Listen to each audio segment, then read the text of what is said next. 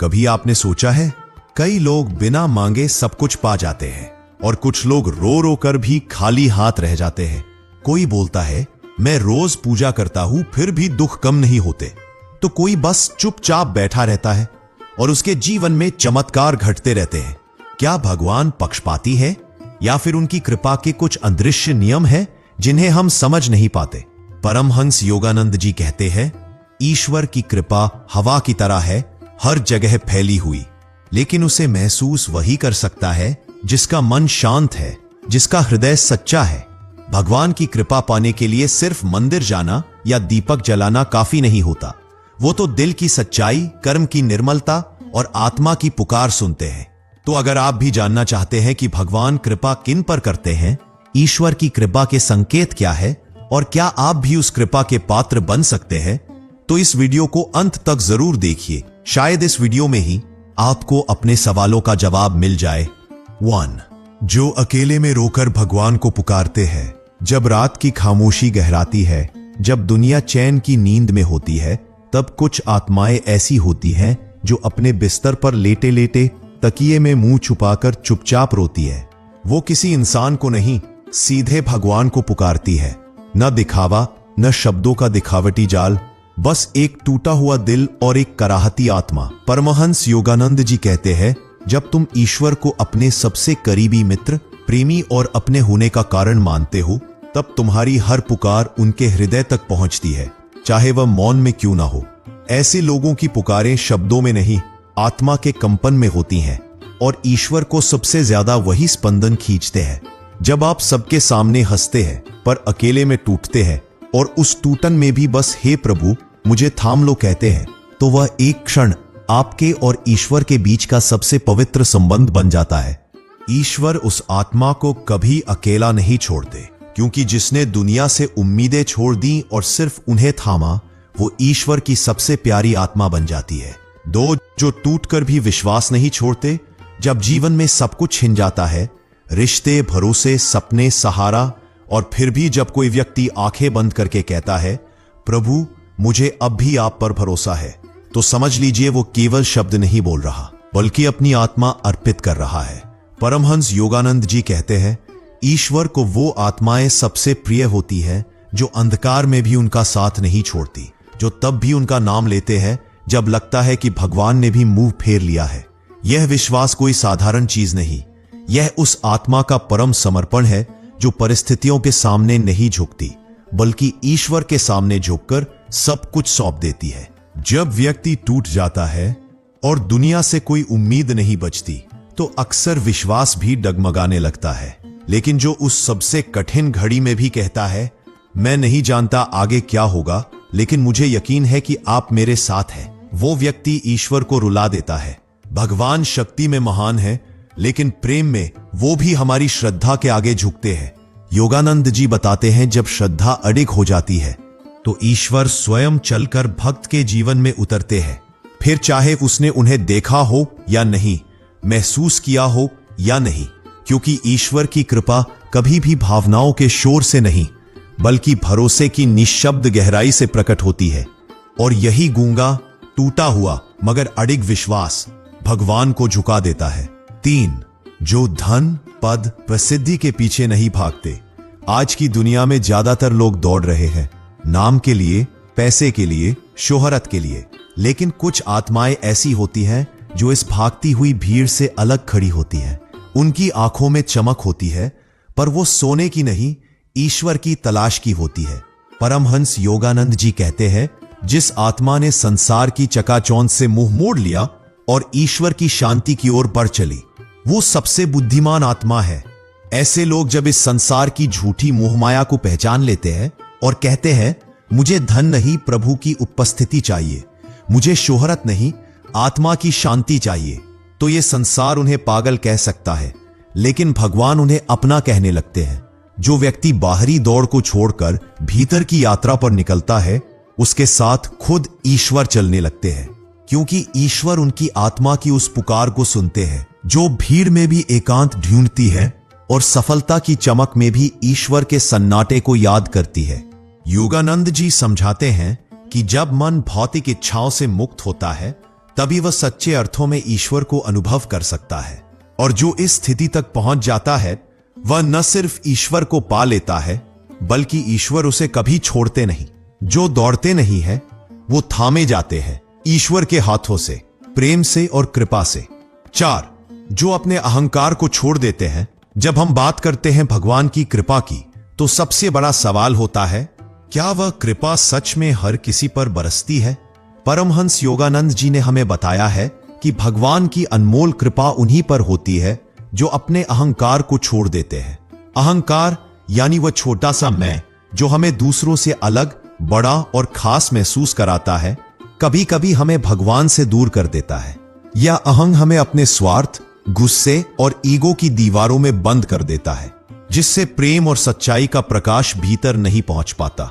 जब तक हम इस अहंकार को अपने दिल से नहीं निकालेंगे तब तक भगवान की कृपा हमारे जीवन में गहराई से नहीं उतर पाएगी। परमहंस योगानंद जी कहते हैं, वो कृपा जो अहंकार को मिटा देती है वही सच्ची कृपा है। यानी भगवान अपनी कृपा उन्हीं पर करते हैं जो नम्रता और विनम्रता के साथ अपने आप को समर्पित कर देते हैं। जब हम अपने अहम के बंधनों को तोड़कर स्वयं को नश्वरता और सीमितता से परे समझने लगते हैं, तभी भगवान हमारे अंदर कदम रखते हैं। इसलिए अगर आप सच में चाहते हैं कि ईश्वर की कृपा आपके जीवन में आए तो पहले अपने अहंकार को त्यागें। याद रखें, अहंकार छोड़ना आसान नहीं, पर यह कदम आपकी आत्मा को मुक्त कर देगा और आपको उस दिव्यता से जोड़ देगा जिसकी तलाश हर इंसान करता है। 5वां, जो सेवा और परोपकार में लगे रहते हैं। कुछ आत्माएं इस धरती पर दूसरों के लिए जीने आती हैं। वो किसी का दुख देखकर चैन से नहीं बैठ सकती। जब किसी की आंख में आंसू देखते हैं तो अपना सुख त्याग कर भी मदद करने दौड़ पड़ते हैं। परमहंस योगानंद जी कहते हैं, Those who serve others serve God directly। जो दूसरों की सेवा करते हैं वो असल में ईश्वर की सेवा कर रहे होते हैं। ऐसे लोग ईश्वर की कृपा के सबसे निकट होते हैं क्योंकि उन्होंने अपने स्वार्थ को छोड़कर सबके लिए जीना सीख लिया होता है। जब कोई बिना स्वार्थ के किसी को भोजन कराता है, किसी की पीड़ा बांटता है या चुपचाप किसी के जीवन को बेहतर बनाता है तो उसकी आत्मा से एक ऐसी सुगंध उठती है जो सीधे ईश्वर के हृदय तक पहुंचती है। योगानंद जी समझाते हैं कि सच्ची सेवा वह है जो देने में सुख पाए, ना कि लौटाने की उम्मीद में। जब कोई इंसान किसी अजनबी के लिए भी वही संवेदना रखता है जो वो अपने लिए रखे तो वह सीमाओं से ऊपर उठ चुका होता है। वह अब केवल मनुष्य नहीं, ईश्वर का जीवित प्रतिनिधि बन चुका होता है। 6, जो अपने कर्मों को सुधारते हैं ईश्वर उस पर कृपा करते हैं। ईश्वर को पूर्णता की आवश्यकता नहीं है, उन्हें चाहिए प्रयास। उनकी कृपा उन पर बरसती है जो अपनी गलतियों को छिपाते नहीं बल्कि उन्हें स्वीकार करते हैं और फिर खुद को बदलने का साहस करते हैं। परमहंस योगानंद जी कहते हैं, हर आत्मा का लक्ष्य है ईश्वर की ओर लौटना और यह यात्रा आत्मशुद्धि से शुरू होती है। गलती करना इंसानी है, लेकिन गलती को पहचान कर उसे सुधारने का प्रयास करना दिव्यता की दिशा में पहला कदम है। जब कोई व्यक्ति अपने जीवन को ईमानदारी से देखता है, अपने भीतर झांकता है और कहता है, हाँ प्रभु मुझसे भूल हुई है लेकिन मैं बदलना चाहता हूं, तो यही क्षण ईश्वर को स्पर्श कर जाता है। ईश्वर उसे तुरंत जज नहीं करते बल्कि उसके भीतर उठी पवित्र भावना को थाम लेते हैं। जब आत्मा अपने कर्मों को सुधारने की ठान लेती है तो पूरा ब्रह्मांड उसके पक्ष में काम करने लगता है। उसे ऐसे संयोग, लोग और अवसर मिलने लगते हैं जो उसके परिवर्तन को संभव बनाते हैं। गलतियां हमें तोड़ने नहीं आती, वो हमें नया रूप देने आती है। और जो आत्मा ये समझ जाती है वो धीरे धीरे प्रभु के ओर करीब आ जाती है। ईश्वर उन पर कृपा करते हैं जो स्वयं को बेहतर बनाने के लिए हर दिन एक कदम आगे बढ़ाते हैं, क्योंकि सुधार की राह भले कठिन हो लेकिन वो राह सीधे ईश्वर के द्वार तक जाती है। ऐसे परोपकारी लोगों पर ईश्वर न केवल कृपा करते हैं बल्कि उन्हें अपने हाथों से मार्गदर्शन भी देते हैं, क्योंकि जो दूसरों के दुख को अपना समझते हैं ईश्वर उन्हें कभी अकेला नहीं छोड़ते। सेवा ही सबसे बड़ा साधन है और परोपकार ही सबसे ऊंचा धर्म। 7, जो मन, वाणी और कर्म से शुद्ध रहते हैं ईश्वर उस पर कृपा करते हैं। ईश्वर को दिखावे की पूजा नहीं चाहिए, उन्हें चाहिए भीतर से पवित्र हृदय। परमहंस योगानंद जी बार बार कहते हैं, true spirituality is harmony between thoughts, words and deeds. जब मन में विचार शुद्ध हों, वाणी में मधुरता हो और कर्मों में सच्चाई हो, तब व्यक्ति भगवान के सबसे करीब होता है। बहुत से लोग बाहर से धार्मिक दिखते हैं, लेकिन अंदर क्रोध, ईर्ष्या, छल और भ्रम से भरे होते हैं। परंतु जो व्यक्ति अंदर और बाहर से एक जैसा है, जिसके मन में शुभ विचार, वाणी में प्रेम और कर्मों में करुणा है, उसकी आत्मा से ऐसी सुगंध उठती है जो ईश्वर तक पहुंचती है। योगानंद जी कहते हैं, जब हमारे विचार भगवान के बारे में हो, हमारी वाणी उनकी भक्ति से भीगी हो और हमारे कर्म उनके लिए हो, तब जीवन स्वयं एक प्रार्थना बन जाता है। ऐसे लोग जहां जाते हैं वहां शांति और दिव्यता का अनुभव होता है, क्योंकि उनके भीतर कोई दोहरापन नहीं होता। वे नकली नहीं होते, वे सच्चे होते हैं और यही सच्चाई ईश्वर को अत्यंत प्रिय होती है। भगवान उन्हें विशेष सहायता देते हैं जो हर दिन स्वयं को शुद्ध करने की चेष्टा करते हैं, चाहे वो विचारों की सफाई हो, वाणी की मधुरता हो या कर्मों की सच्चाई, क्योंकि जो मन वाणी और कर्म से संतुलित और पवित्र होता है, वो स्वयं चलती फिरती आरती बन जाता है। 8. जो दूसरों की खुशी में अपनी खुशी ढूंढते हैं, ईश्वर उस पर कृपा करते हैं। कुछ लोग ऐसे होते हैं जो खुद दुखों से भरे होते हैं, पर फिर भी जब किसी और की आंखों में आंसू देखते हैं तो खुद रोने के बजाय उन्हें चुप कराने में लग जाते हैं। सच्चा प्रेम वह है जो निस्वार्थ हो, जो अपने सुख दुख से ऊपर उठकर दूसरे के जीवन को संवारने की कोशिश करे। ऐसे लोग जब दूसरों के आंसू पहुंचते हैं तो वे ईश्वर के हाथ बन जाते हैं। वो बिना कहे किसी का दर्द समझ लेते हैं और बिना कुछ पाए बस मुस्कान बांट देते हैं।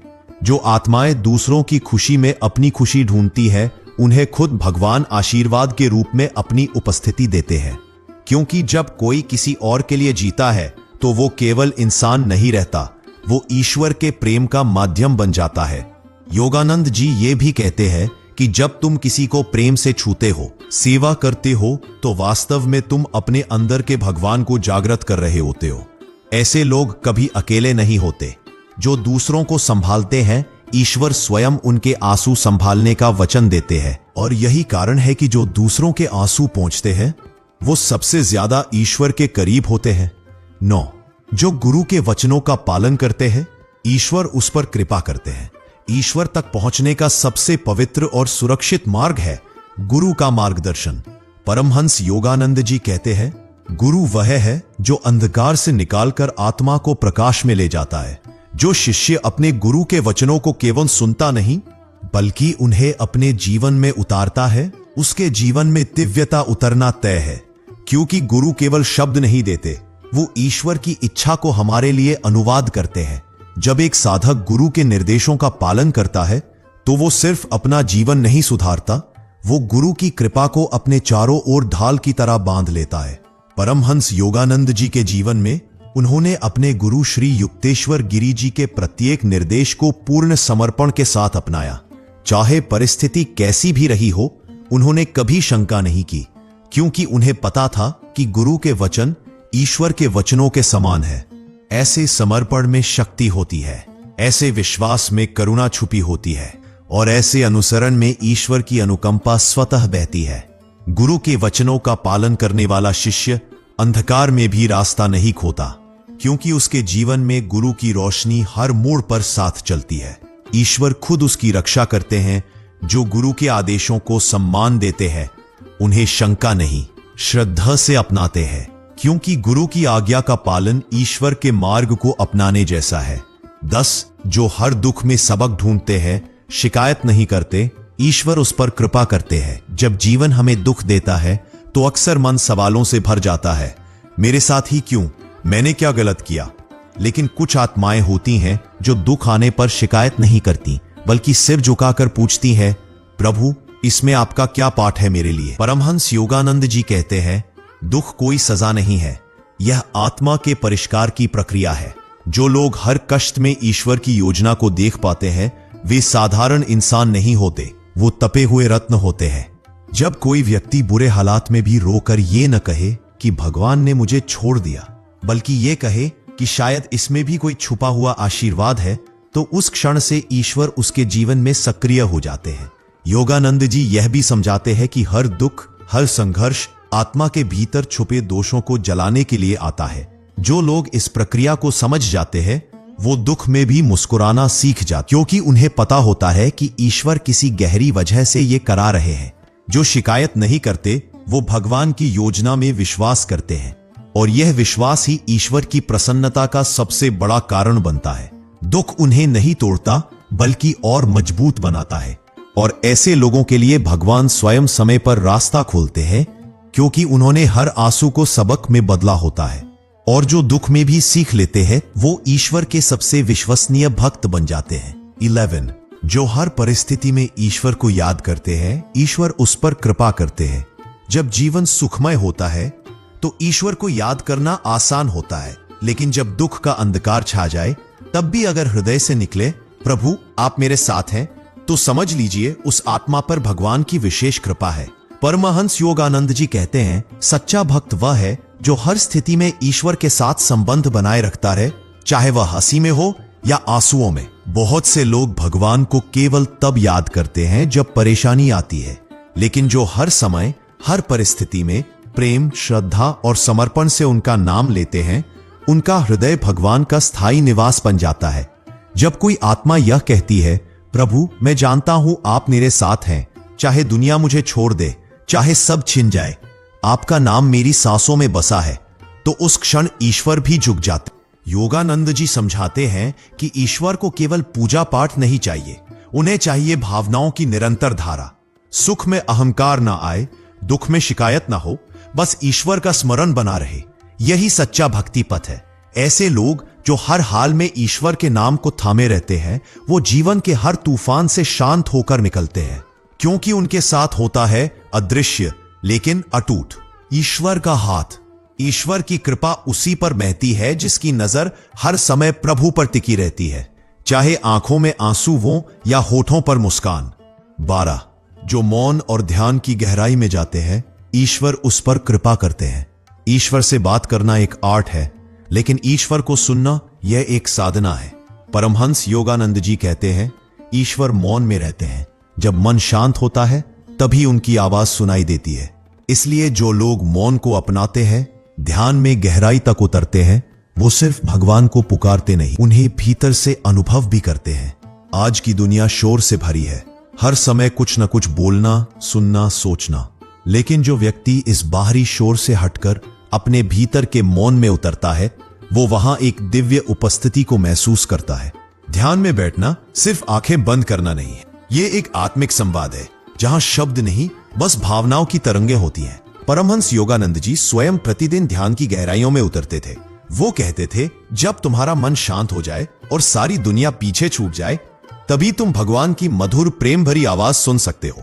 ऐसे भक्त जो नियमित ध्यान करते हैं, जो मौन को साधते हैं, उनके भीतर कृपा का झरना स्वतः बहने लगता है, क्योंकि ईश्वर को शब्दों से नहीं, शांति और मौन से ही बुलाया जा सकता है।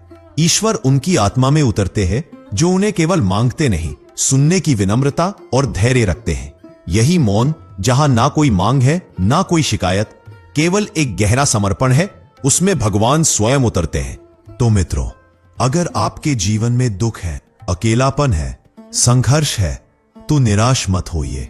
शायद ईश्वर आपको आजमाकर आपके भीतर अपनी कृपा को और गहराई से उतारना चाहते हैं। भगवान दूर नहीं है, वो वही है, आपके अंतर्मन में, आपके हर आंसू, हर पुकार को सुनते हुए। बस एक चीज याद रखिए, ईश्वर की कृपा कमाने की कोशिश मत कीजिए, बल्कि स्वयं को उस योग्य बनाइए जहां उनकी कृपा अपने आप बहने लगे। अगर आपने इस वीडियो में कुछ महसूस किया तो इसे एक बार और सुनिए, क्योंकि कई बार प्रभु की आवाज शब्दों के बीच के मौन में होती है। अगर आपको यह वीडियो अच्छा लगा हो तो चैनल को सब्सक्राइब करें और अपने प्रियजनों के साथ जरूर शेयर करें। और हाँ, यदि इस वीडियो ने आपके मन को शांति दी हो और आत्मा को स्पर्श किया हो, तो कृपया अपने छोटे से सहयोग से इस दिव्य कार्य में सहभागी बने। आपका सहयोग किसी और के जीवन में ईश्वर की रोशनी बन सकती है। डोनेशन के लिए डिटेल्स डिस्क्रिप्शन बॉक्स में है। धन्यवाद। जय गुरुदेव, जय श्री परमात्मा।